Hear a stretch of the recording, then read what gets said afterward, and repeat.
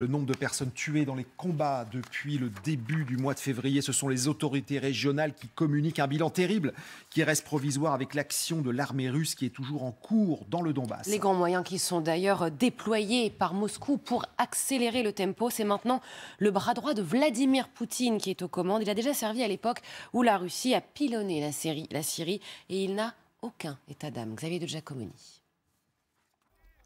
Décoré par Vladimir Poutine en personne de la médaille de héros de la Fédération de Russie, il est l'homme des situations difficiles.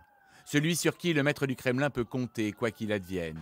Comme en Syrie, lorsqu'il inaugure une nouvelle stratégie pour sauver Bachar al-Assad, Alexandre Vornikov n'hésite pas, il rase les villes comme Alep, écrasant à la fois les opposants, les djihadistes et les civils. Pour la Maison-Blanche, aucun doute, il recommencera en Ukraine, sans hésitation.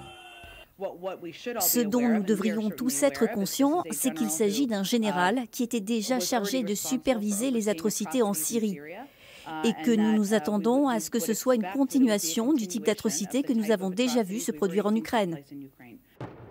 L'ancien patron de la CIA l'avait surnommé le boucher de Syrie. Désormais, seul à la tête de la guerre en Ukraine, il a visiblement carte blanche du Kremlin pour à minima prendre et occuper le Donbass, quitte à raser les villes et faire des dizaines de milliers de victimes civiles. Magali Barthès, le boucher de Syrie, on s'imagine que le pire est à craindre. Il y a un amiral américain qui disait sur les télés américaines, c'est la brute que Poutine appelle quand il veut raser une ville. C'était la référence à Alep, en effet, ce qu'il avait fait en Syrie. Et c'est vrai que cette nomination, elle est très inquiétante et elle fait redouter de nouvelles exactions encore plus intenses contre les civils. Il faut savoir que jusqu'à présent, il y avait plusieurs généraux qui dirigeaient chacun un front dans la guerre en Ukraine. Et que lui avait en charge le front sud, c'est-à-dire Mariupol, c'est-à-dire le front sud et le front est, et le Donbass. Aujourd'hui, c'est lui qui va tout coordonner.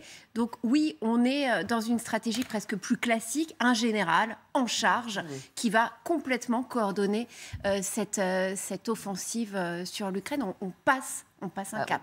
Un cap, encore une fois.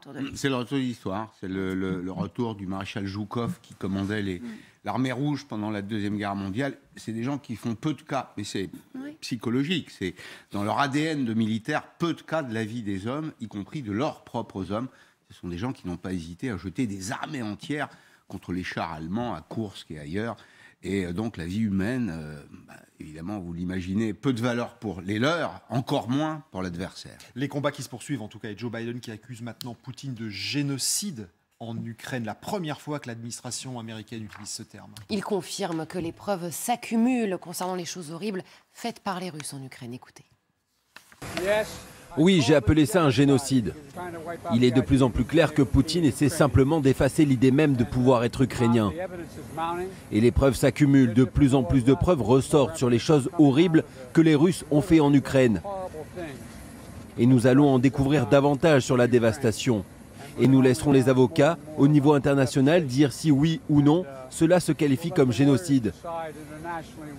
Mais pour moi, cela y ressemble bien. Magali, donc les mots ont un sens, on rappelle juste la définition du génocide, destruction méthodique d'un groupe humain. L'accusation est grave.